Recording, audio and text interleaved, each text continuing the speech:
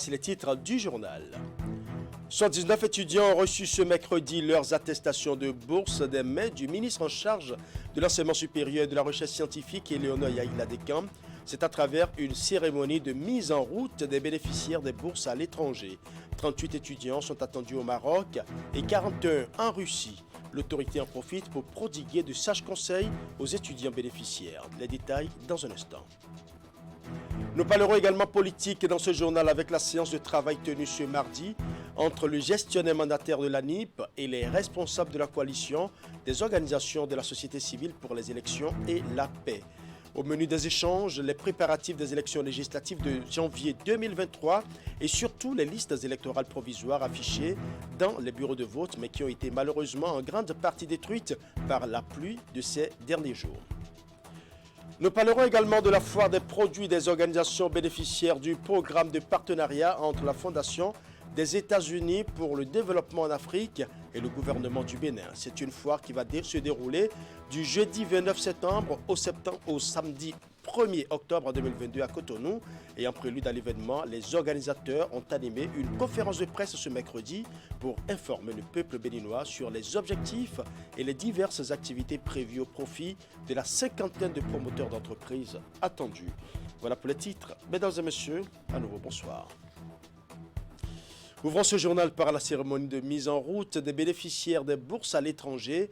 119 étudiants ont reçu leurs attestations de bourse des mains du ministre en charge de l'enseignement supérieur, Eleonore Yaïla Descamps. 38 étudiants sont attendus au Maroc et 41 en Russie.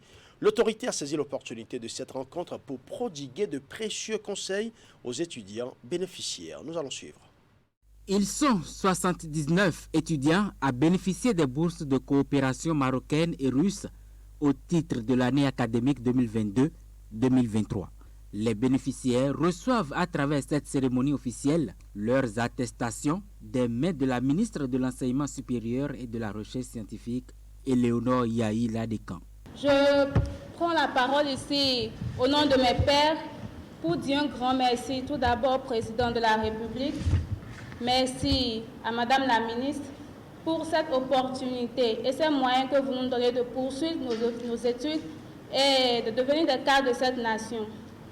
Soyez rassurés, Madame la ministre, nous ferons honneur à cette nation et nous vous promettons d'honorer ce pays qui nous donne la chance d'aller, de poursuivre nos études. Et donc on ne peut pas envoyer des enfants aussi jeunes hors du territoire national sans pouvoir leur prodiguer des conseils. Et pour cela, vous avez exigé qu'une cérémonie soit organisée pour qu'ils écoutent les conseils de la maman que vous êtes. Parce que lorsqu'il s'agit de parler des étudiants, ce n'est plus la ministre qui parle, mais c'est souvent le cœur de la mère, ce que nous avons constaté.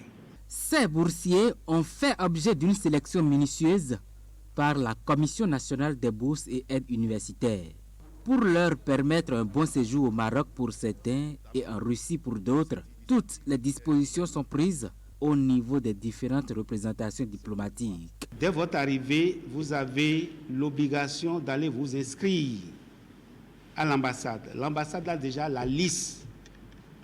Vous devez vous inscrire et avoir la carte consulaire. C'est très important parce qu'en cas de difficulté, seule l'ambassade a l'obligation de prendre le devant.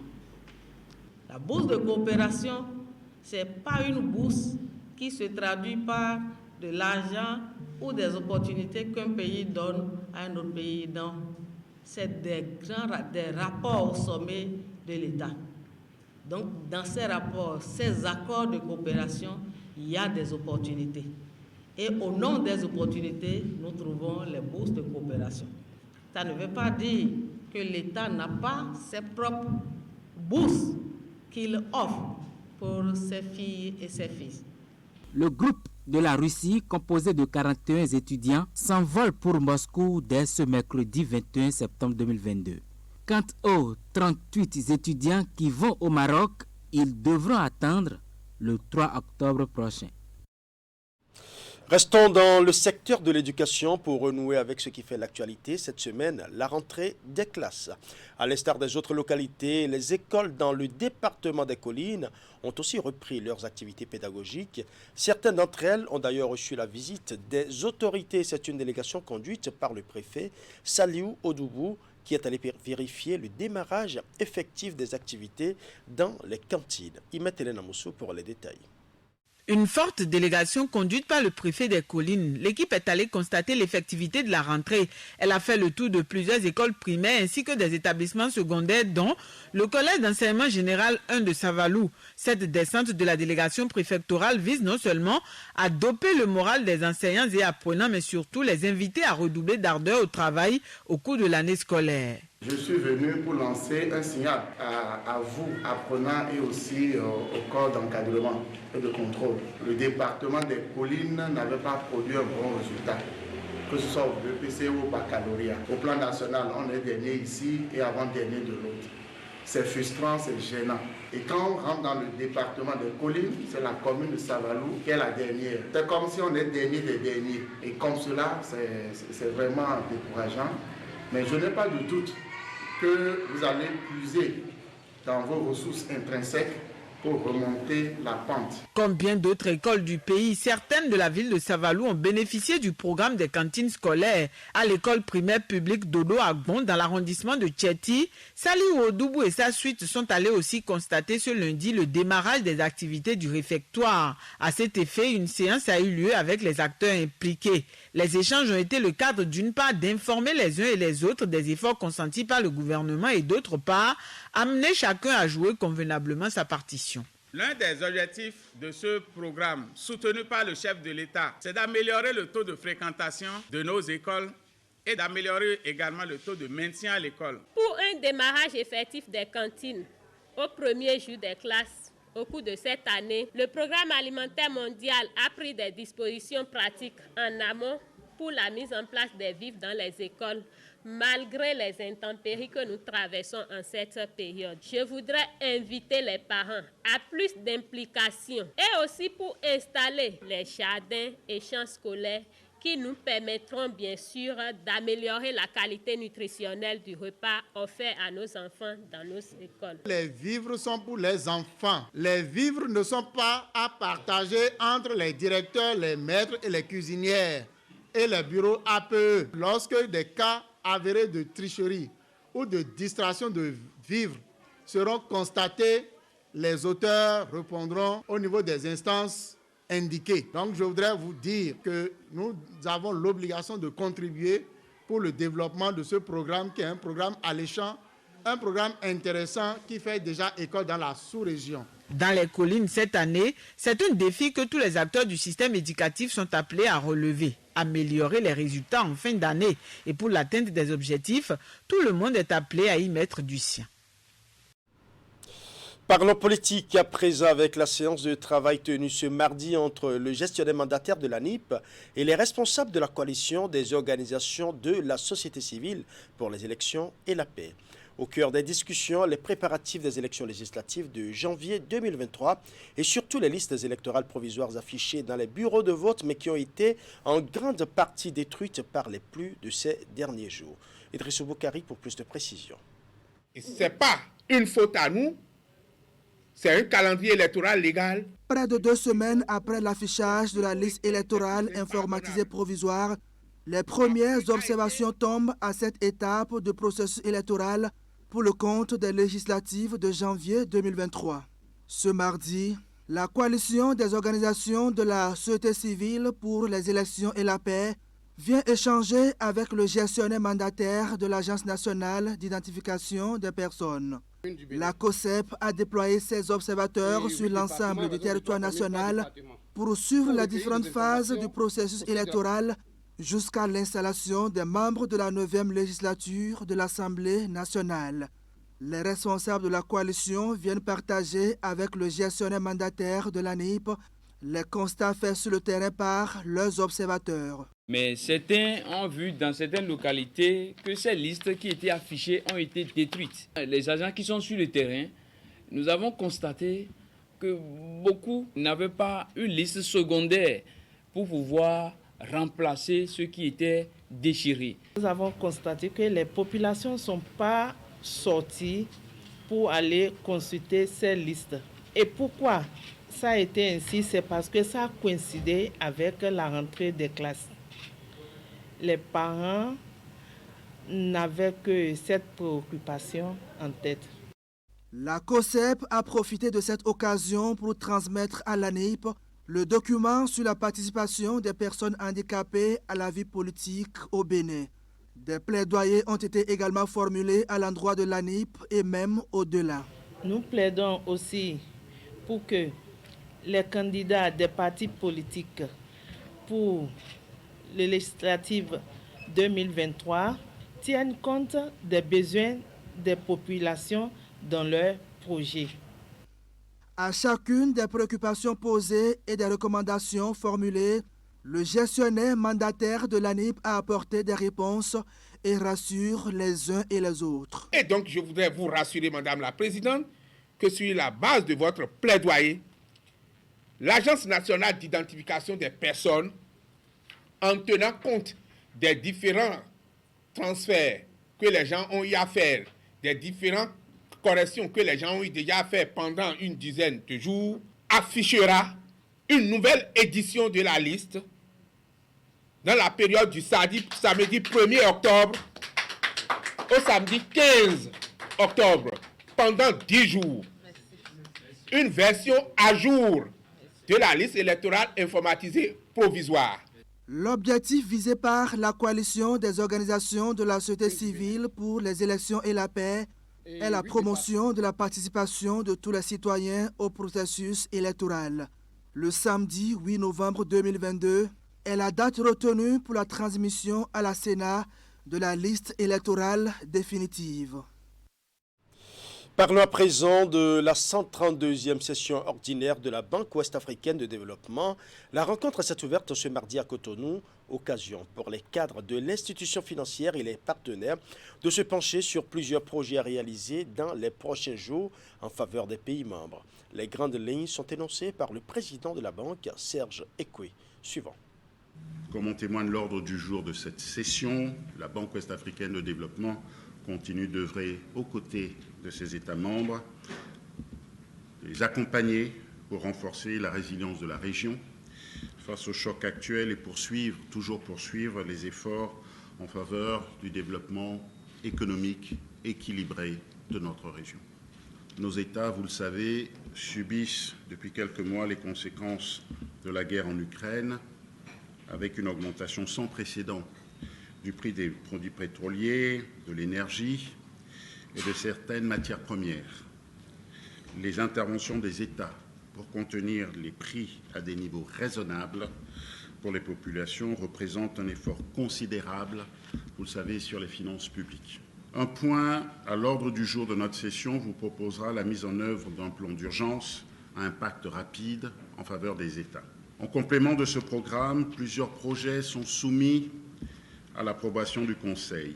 Il s'agit notamment de l'implantation et l'exploitation d'une unité intégrée de transformation de coton par la Société des textiles du Bénin, STB, dans la zone industrielle Glodjibé en République du Bénin. La mise en place d'un mécanisme d'assurance agricole indicielle en République de Côte d'Ivoire. La construction de la section Mékénandé de l'autoroute Dakar-Tiavaoune-Saint-Louis en République du Sénégal. La transformation du quai Sokopao en appontement pétrolier de la société Petroci en République de Côte d'Ivoire. Nous aurons également à examiner le réaménagement des conditions du prêt de la banque pour la construction d'un hôtel d'affaires de 4 étoiles dénommé Azalaï Abidjan par la compagnie hôtelière de la Lagune, SA, à Abidjan, en République de Côte d'Ivoire. Restons avec la Banque ouest-africaine de développement qui accompagne désormais la société Coca-Cola Donga Bottling Company dans ses projets de développement. Elle a en effet signé une convention d'un important montant de prêts avec cette dernière. La cérémonie s'est déroulée ce lundi à Cotonou. Ingrid Day pour le compte rendu. Signature et échange de paraffeurs. Ainsi se concrétise l'accord de prêt entre la Banque ouest-africaine de développement et la société Coca-Cola Donga Bottling Company.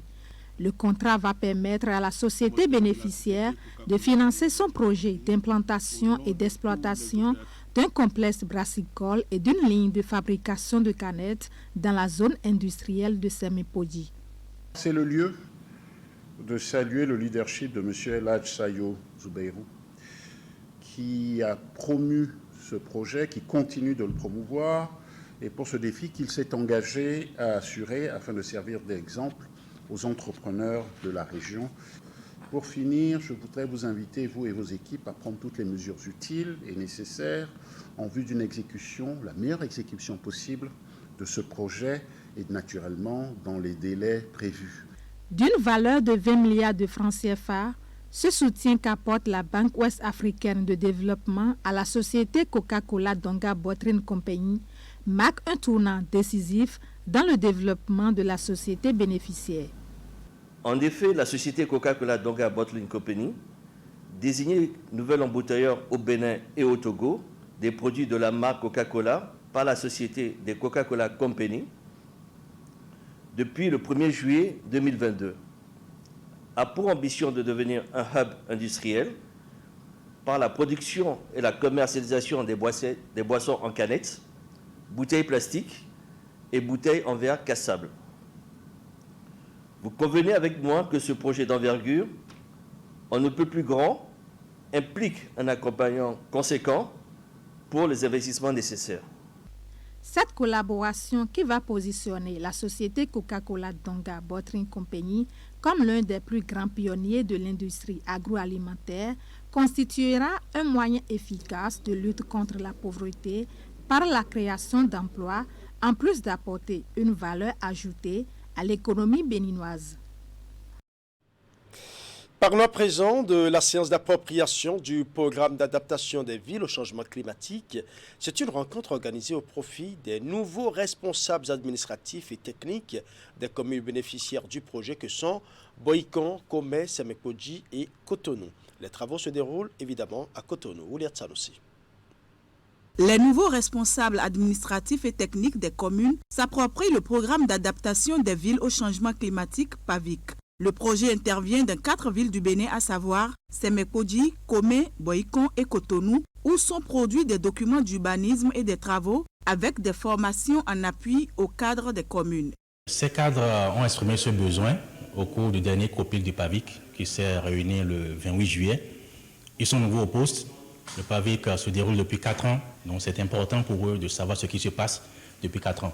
Donc c'est à ce besoin que le ministère répond en les rassemblant à Cotonou pour les briefer sur les tenants et aboutissants, objectifs, activités, les attentes, pour qu'ils puissent nous appuyer vraiment à atteindre les résultats dans les délais. Le présent atelier que nous organisons nous permet d'atteindre cet objectif car nous sommes persuadés qu'à la fin de nos échanges, la compréhension des différents processus en cours sera maîtrisée et améliorée par tous. Le PAVIC est financé par l'Agence française de développement AFD et mis en exécution depuis 2018. Plusieurs communications sont prévues au cours de cette séance, notamment la présentation du PAVIC sur ses réalisations en date et les perspectives, et la restitution sommaire du diagnostic réalisé par le cabinet d'assistance technique au programme.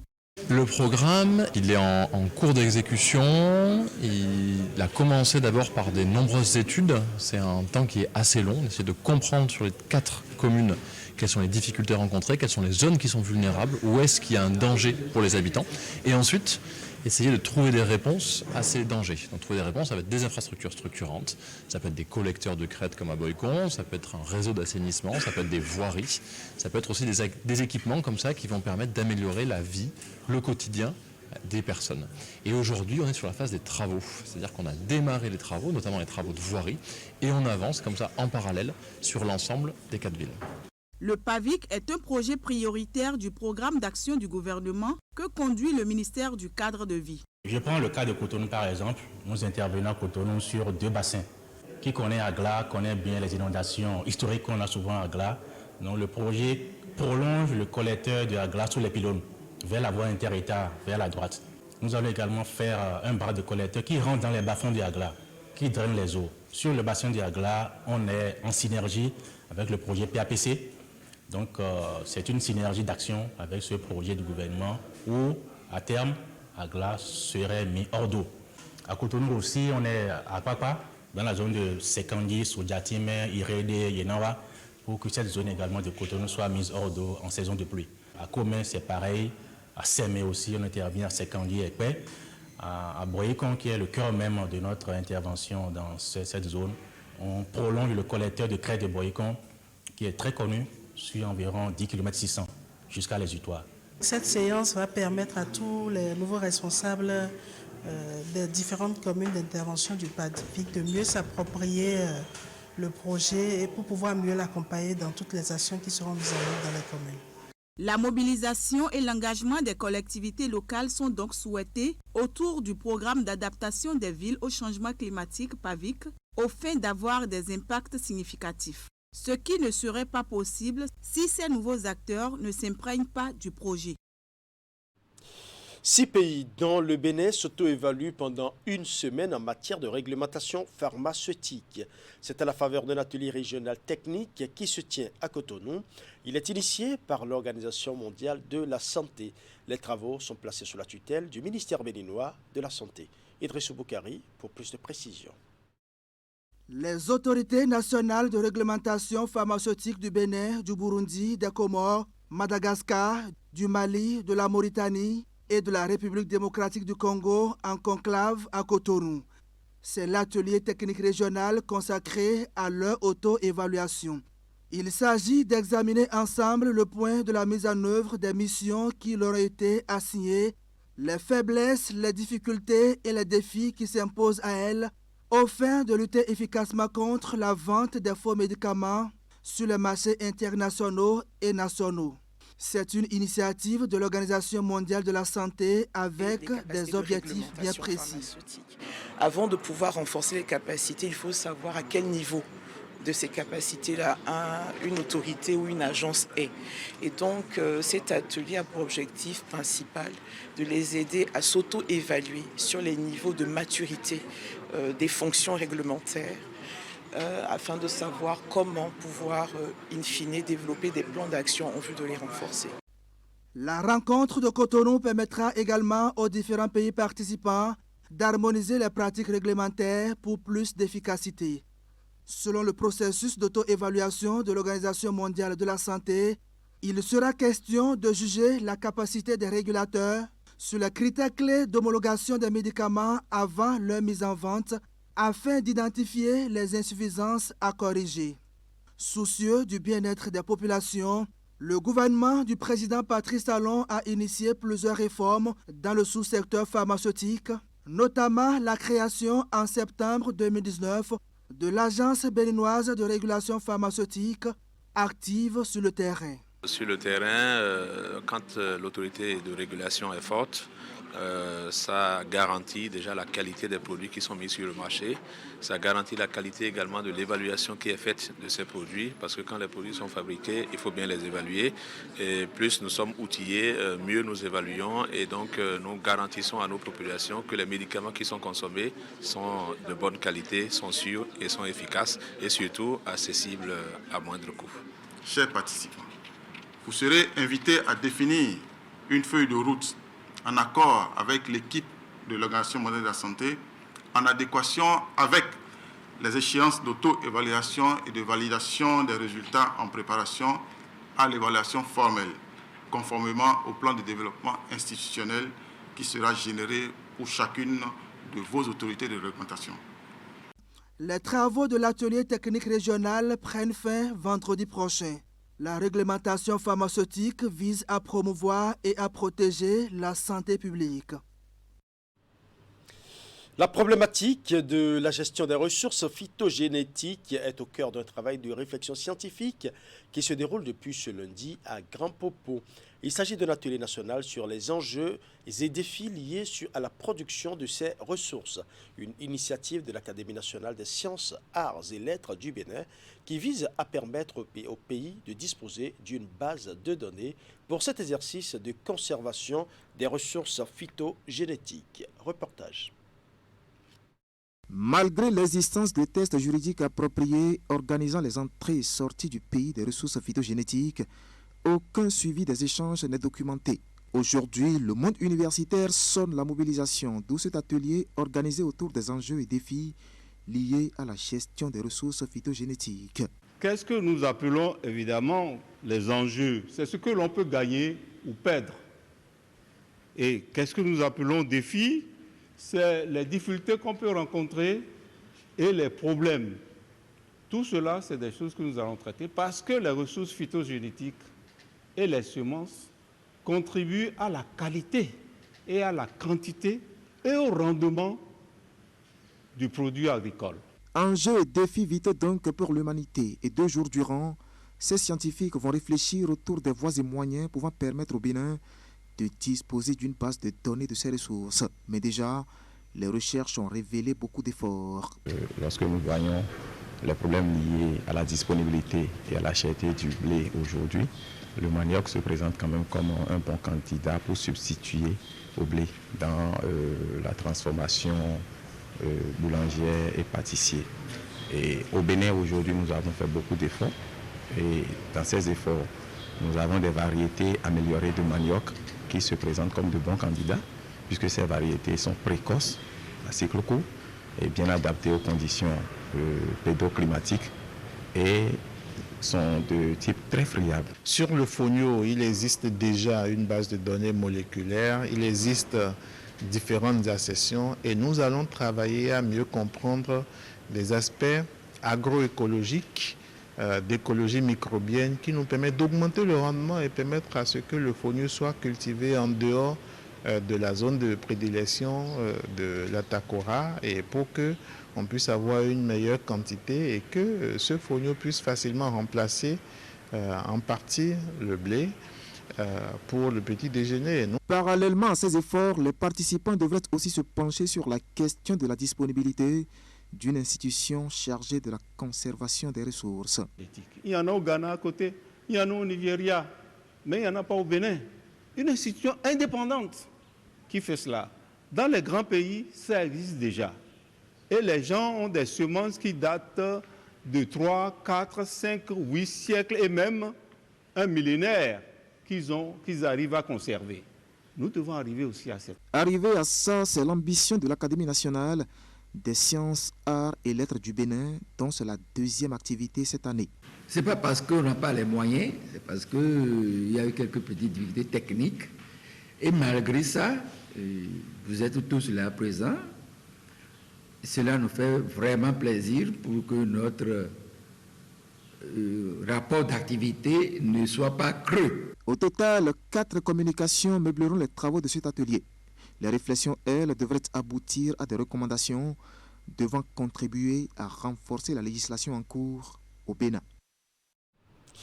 Du jeudi 29 septembre au samedi 1er octobre 2022 se tiendra à Cotonou la foire des produits des organisations bénéficiaires du programme de partenariat entre la Fondation des États-Unis pour le développement en Afrique et le gouvernement du Bénin.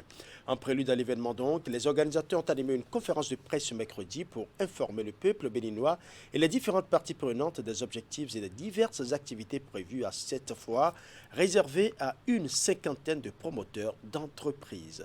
Voici le compte rendu signé Ouliat Sanoussi.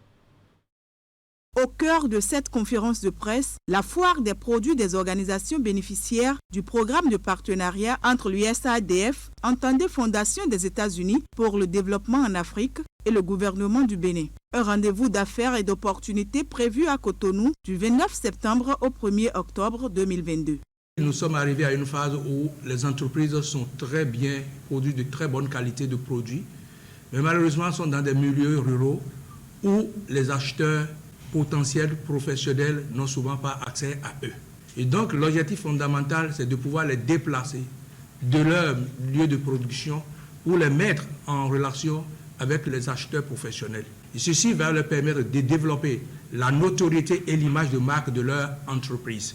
C'est vraiment important parce que c'est une opportunité unique pour eux, d'abord de mieux se positionner sur le marché et d'améliorer leur visibilité sur le marché. Maintenant, par ailleurs, il y a aussi d'autres qui seront là, qui ne pourront pas amener leurs produits, mais qui pourront parler de leurs produits, surtout quand il s'agit des coopératives. Et c'est ça qui explique aussi cette foire réservée, qui n'est pas réellement pour le grand public, quand bien même ils sont évités. C'est beaucoup plus dans une stratégie de B2B.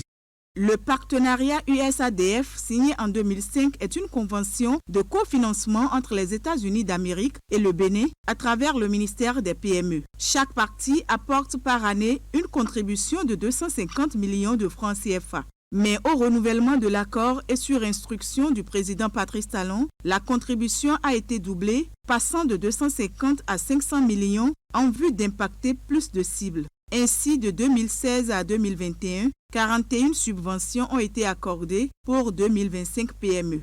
Aujourd'hui, notons que tout le partenariat se situe au niveau de tout le territoire du Bénin. Il n'y a pas cette commune qui est restée sans être impactée. Et nous sommes allés même jusqu'aux arrondissements, bien sûr. Et la subvention, c'est entre 100 000 $ et 250 000 $. Et en CFA, la contribution, c'est entre 50 millions et 125 millions.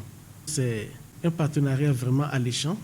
Pourquoi je le dis? À ce jour, le partenariat nous a permis du moins de créer près de 11 616 emplois au Bénin ici.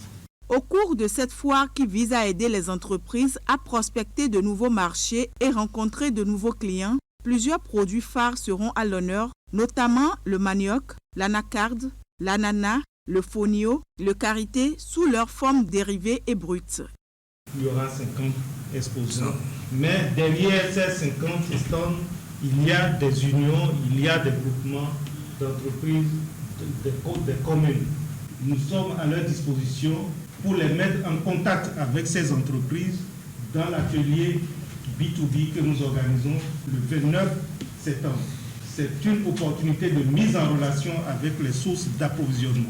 Au programme de la foire USADF Bénin, il est prévu des panels de discussion sur la qualité des produits des entreprises, les problèmes de marché, les stratégies utilisées par les PME, des ateliers de mise en relation et des expositions par les promoteurs eux-mêmes.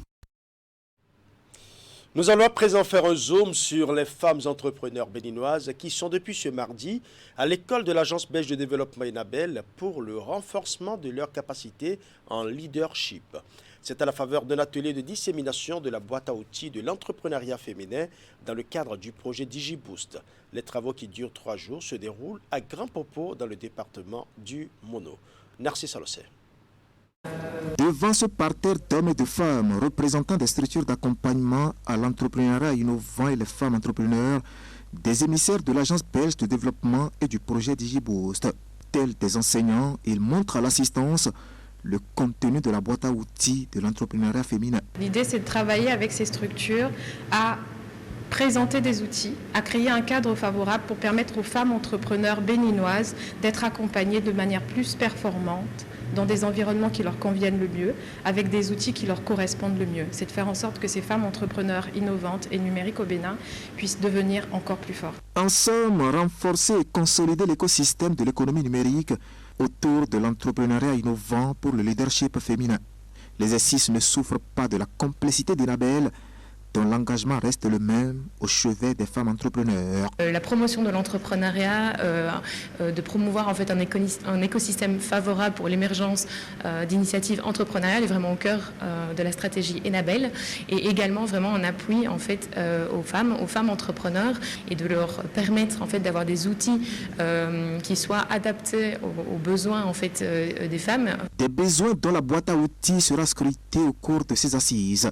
Une boîte à outils dont le contenu est assez fourni. Qui a différents modules, qui va toucher à la fois un aspect qui est lié à un aspect plus sur le profil de la femme entrepreneur, mais aussi sur des aspects techniques, donc sur des questions de leadership, sur les difficultés qu'elles vont rencontrer, mais aussi sur des méthodes et des approches techniques pour leur permettre, avec leurs idées, leur entreprise, de les faire évoluer et de passer à une autre échelle. Les participants à cet atelier, la cinquantaine environ, eux, nourrissent des ambitions. C'est de pouvoir vraiment prendre connaissance de ce qui a été mis en place pour vraiment aider les femmes à pouvoir vraiment avoir des entreprises innovantes. Afin que les femmes entrepreneurs ou des femmes qui travaillent avec ces entreprises que nous accompagnons puissent trouver effectivement leur place et qu'elles puissent davantage s'épanouir dans cet environnement, dans cet écosystème entrepreneurial au Bénin. Projet d'appui au renforcement de l'écosystème de l'économie numérique au Bénin, DigiBoost est financé par l'Union européenne, tout comme le programme de la compétitivité de l'Afrique de l'Ouest, WANCOP, qui accompagne aussi cette initiative. 3 jours de travaux qui prennent fin jeudi prochain. Ainsi s'achève ce journal. Merci de m'avoir reçu chez vous. Tout le plaisir était pour moi de rester en votre compagnie. Bonne soirée à chacun et à tous. Portez-vous bien.